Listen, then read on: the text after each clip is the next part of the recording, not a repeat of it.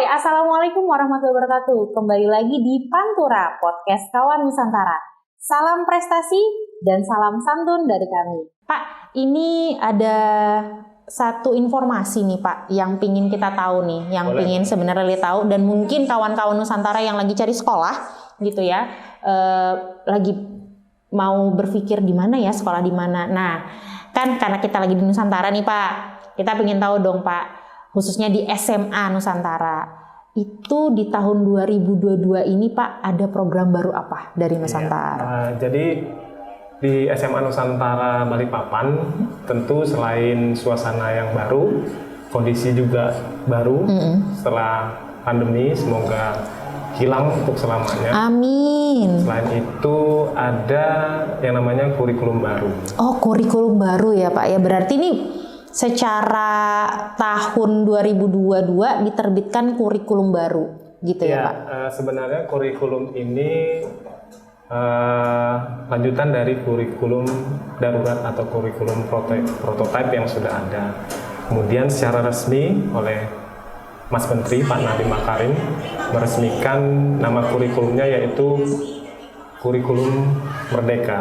Oke, kurikulum Merdeka ya Pak ya. Wah, ini unik namanya nih Pak, kurikulum Merdeka. Ini saya jadi penasaran nih, mungkin kawan Nusantara yang tonton juga pasti bingung apa kurikulum Merdeka, atau bebas sebebas-bebasnya seperti demokrasi atau gimana nih Pak? Seperti kata merdeka. Iya, betul. Bebas. Jadi kurikulum Merdeka ini adalah kurikulum baru di mana nanti SMA Nusantara Balikpapan di tahun ajaran baru itu akan melaksanakan kurikulum Merdeka.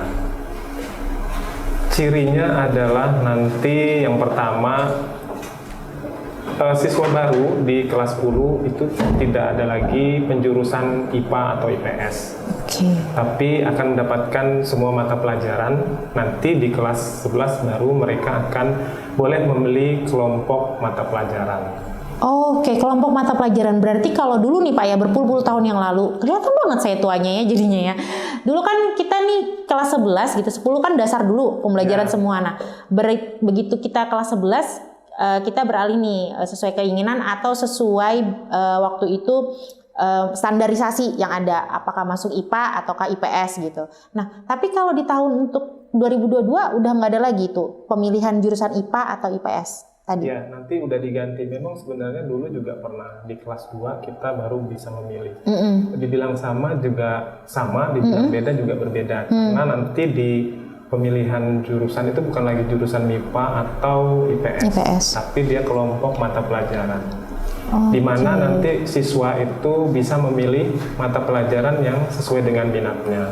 Misalkan selama ini IPA itu ada mata pelajaran fisika, biologi, kimia. Kemudian IPS itu ada sosiologi, geografi, dan ekonomi. Kemudian juga ada bahasa, yaitu bahasa Mandarin, Jepang, atau bahasa Inggris. Siswa ini boleh memilih pelajaran satu di MIPA atau satu di bahasa, maksimal 3 mata pelajaran, 2 di MIPA atau 1 di IPS, atau 1 di MIPA atau 2 di IPS. Oh, berarti gak cuma hanya mereka, ya yang membedakan begini kalau berarti lihat tangkap, bahwa tahun 2022 ini dengan kurikulum Merdeka ada kelompok belajar yang dimana itu kolaborasi ya Pak ya. Jadi walaupun kita pilih kelompok belajarnya misalnya lebih ke sains, tapi kita bisa mempelajari juga nih yang IPS, gitu ya Pak ya, sama bahasa. Jadi seperti itu. Jadi kelompok belajar atau kelompok mata pelajaran. Terus siswa itu nanti lebih mendalami materi-materi yang esensial. Jadi fokus mereka minatnya kemana, nanti diarahkan ke sana. Terus selain itu di kurikulum Merdeka ini juga ada mata pelajaran vokasi. Tentu nanti bisa dibilang SMA rasa SMK. Cuman terbatasnya itu di kurikulum Merdeka itu hanya menyediakan pembelajaran kewirausahaan. Tentu nanti juga ada pelajaran vokasi lainnya. Cuman memang tidak seperti detail atau tidak seperti SMK yang mungkin nanti ada proses magang atau PKL. Berarti ada pengenalan ya Pak ya ke Iya. arah untuk jurusan sendiri gitu. Tapi mungkin basic atau dasar-dasarnya gitu ya Pak ya untuk ke vokasi tadi. Iya. Tapi nggak sedetail SMK, tapi merasai lah mereka. Iya. Oh seperti Hanya itu. sedikit kan seperti itu. Maunya kurikulum merdeka ini nantinya siswa SMA meskipun lulus SMA mungkin tidak kuliah, tidak hanya kuliah. Kalau memang tidak kuliah, dia sudah dibekali ilmu wira swasta. Oke, jadi sudah ada tuh. Jadi siap-siap untuk teman-teman yang milih kawan-kawan Nusantara masih bingung SMA atau SMK atau sebenarnya aku lebih prefer SMA nih gitu. Tapi ternyata ada yang baru di SMA dan kamu udah nggak perlu bingung-bingung lagi bahwa di Nusantara pun udah siap dan ready untuk kurikulum merdeka. Iya, benar sekali. Oke, nah Pak Herman, satu lagi juga ini yang mau saya tanyakan. Kita ini ibarat kita ini baru bangun ya Pak ya setelah 2 tahun. Iya. Ya kan dari pandemi COVID-19 yang bukan hanya mengguncang kota Balikpapan tapi saya rasa seluruh dunia terguncang akan COVID-19 gitu. Nah, pandangan Pak Herman selaku Kepala Sekolah dari SMA Nusantara, bagaimana dengan sistem mengajar yang 2 tahun belakangan ini lebih banyak kita gunakan daring Pak? Iya. Jadi itu seperti apa pendapat Bapak? Jadi pandemi COVID-19 ini itu sangat berdampak bukan hanya dari segi bidang pendidikan tapi semua bidang semua berdampak. Tentu yang paling berdampak adalah di dunia pendidikan. Iya. Mau tidak mau, suka tidak suka, yang dulunya sebelum pandemi itu guru tidak mengenali apa sih belajar daring itu. Betul. Menggunakan Zoom meeting, kemudian Google Classroom dan lain-lain. Betul. Nah, dengan adanya musibah pandemi ini, guru itu suka tidak suka, mau tidak mau, akhirnya belajar yang Iya. namanya IT.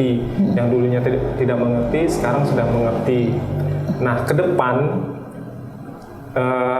sesuai dengan tujuan kurikulum merdeka ini, tentu ke depannya itu nanti pembelajaran itu lebih fleksibel atau lebih merdeka. Nah, ciri yang lain daripada kurikulum merdeka adalah nanti siswa itu bisa difokuskan selain hanya tatap muka pembelajaran dalam kelas, juga nanti diberikan semacam proyek. Oke, ada project. Tugas di luar dari tatap muka. Proyeknya ini bisa digabungkan antara beberapa mata pelajaran. Menurut saya, yaitu tadi dampak dari pandemi COVID-19 ini sangat berarti bagi dunia pendidikan. Kita bisa lebih bisa menggunakan teknologi dengan baik, yang dulunya tidak tahu sekarang udah lebih mengerti. Siswa juga, cuman memang di sana tidak sempurna. Maksudnya ada hal-hal yang penting yang hilang, terutama kalau kita di dalam kelas itu kita bisa interaksi langsung dengan siswa. Sementara kalau secara online itu tidak bisa, tentu lebih sulit karena kita tidak di kelas saja, itu kita susah untuk mengakomodir keperluan. Mungkin dalam kelas itu ada 36 anak, apalagi secara online. Karena secara online itu pasti sangat-sangat terbatas. Oke, betul. Dan saya sepakat juga dengan Pak Herman bahwa bagaimanapun daring ini digunakan tidak efektif kalau rasanya tidak tatap muka ya Pak ya. Benar. Karena kebutuhan anak juga, masing-masing anak itu penyerapannya juga berbeda dari setiap anak. Ya, seperti itu ya Pak Herman ya. Oke, nah Pak, masih berlanjut dengan kurikulum merdeka. Untuk jam penambahan belajar nih Pak, di kurikulum merdeka itu ada jam penambahan belajar dari sudah sebelumnya atau seperti apa? Atau masih sama dengan yang sebelumnya? Iya, menurut sepengetahuan saya setelah melaksanakan mengikuti rakor kurikulum merdeka se-Kalimantan Timur di 2 minggu yang lalu, itu tidak ada perubahan pada jam pelajaran, tentu masih sama, cuma yang berbeda mungkin nanti tidak full 100% itu pembelajaran dilakukan di dalam kelas. Tapi nanti bisa juga di luar kelas, di lingkungan, atau bahkan di rumah, karena nanti ada tugas atau proyek yang akan diberikan kepada siswa.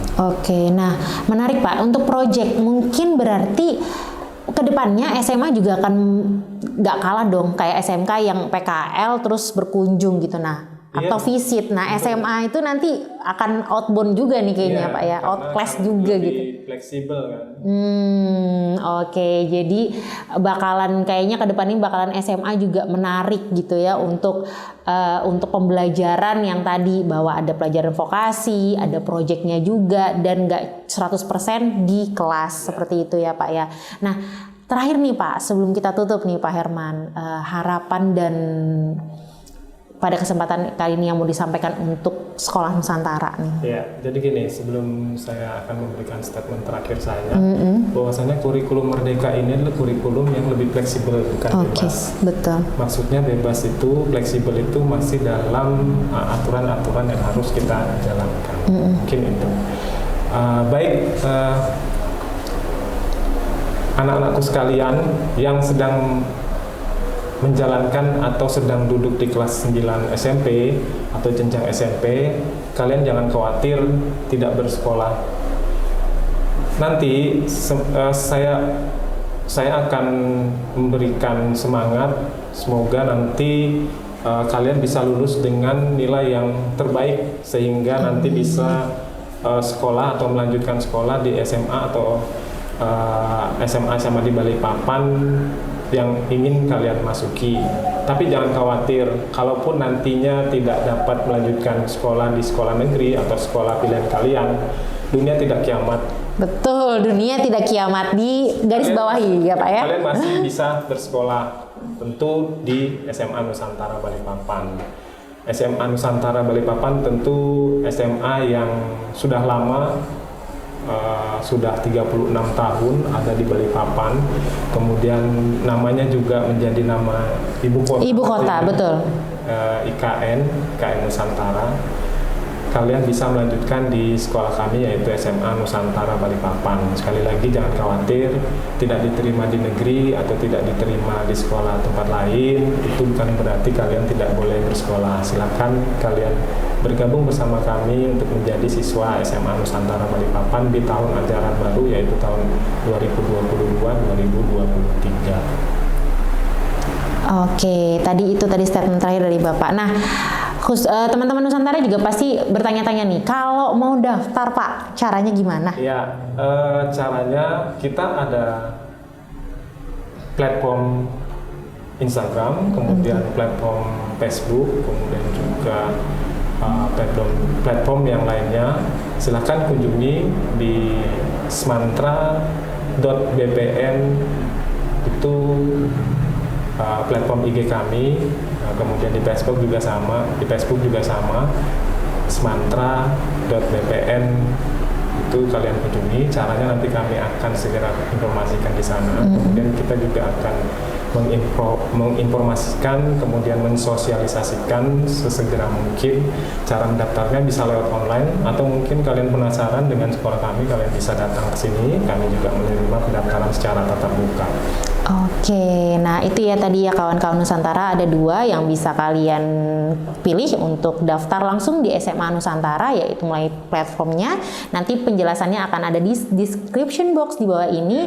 Dan yang kedua ada juga langsung offline atau datang langsung ke SMA Nusantara yang beralamat di Jalan Gurinda 4 nomor berapa? Nomor 30.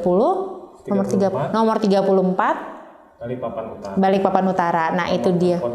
Boleh ya, Pak ya. Nah, dicatat nih. 0542 731 229. Kalian boleh tanya-tanya di telepon.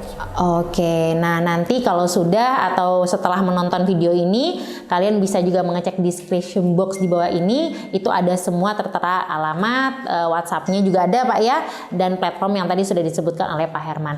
Nah, demikian tadi yang sudah kita sampaikan bincang-bincang siang ini bersama Pak Herman. Kami ucapkan terima kasih banyak Pak atas waktunya dan kesempatannya untuk informasinya tentang kurikulum Merdeka yang ada di SMA Nusantara. Sampai jumpa di kesempatan berikutnya. Dan satu lagi, jika kalian ingin narasumber-narasumber hebat yang bisa menginspirasi dan mengedukasi untuk hadir langsung di Pantura atau podcast Kawan Nusantara, jangan lupa email ke medianusantara86@gmail.com. Nah, dari beberapa narasumber yang kalian pilih nanti akan kita baca dan akan kita pilih untuk duduk bersama kami bincang-bincang. Seperti itu yang dapat kami sampaikan hari ini. Terima kasih. Dan yang terakhir Pak, kami punya salam Nusantara. Mari kita salam Nusantara sama-sama ya Pak ya. Terima kasih. Salam Nusantara. Wassalamualaikum warahmatullahi wabarakatuh.